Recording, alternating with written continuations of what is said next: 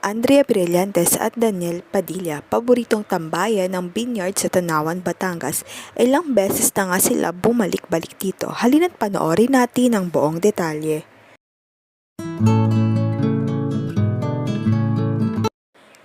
Spotted nga na laging pumupunta si Daniel Padilla sa Vineyard, Tanawan, Batangas. Ang mga nakakasama niya rito ay si Joshua Garcia, Kyle Echari, Sanjo Marudo, pati na rin ang kanyang mga pamilya. Ang ginagawa niya rito ay naglalaro ng golf at iba pang games at nag-celebrate ng kanyang birthday ng kanyang tatay na si Romel Padilla.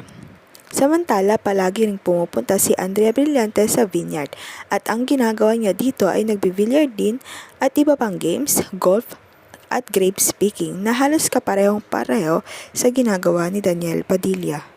Ngunit wala pa rin namang kumpirmasyon na sabay silang pumupunta at nagkikita dito.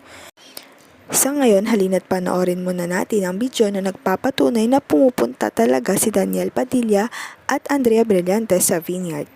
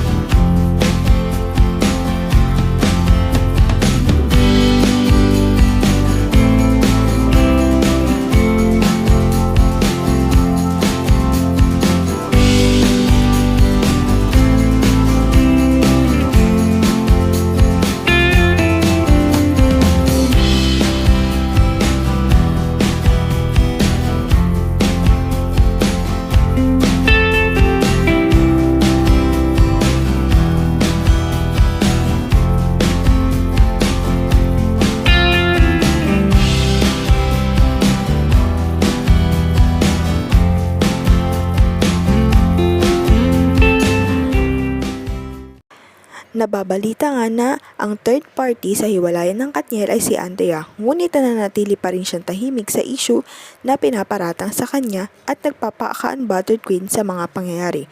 Sa ngayon, maghintay muna tayo ng susunod na update. Huwag kalimutang mag-like at subscribe sa aking YouTube channel, Selyang Beats. Maraming salamat po sa panonood.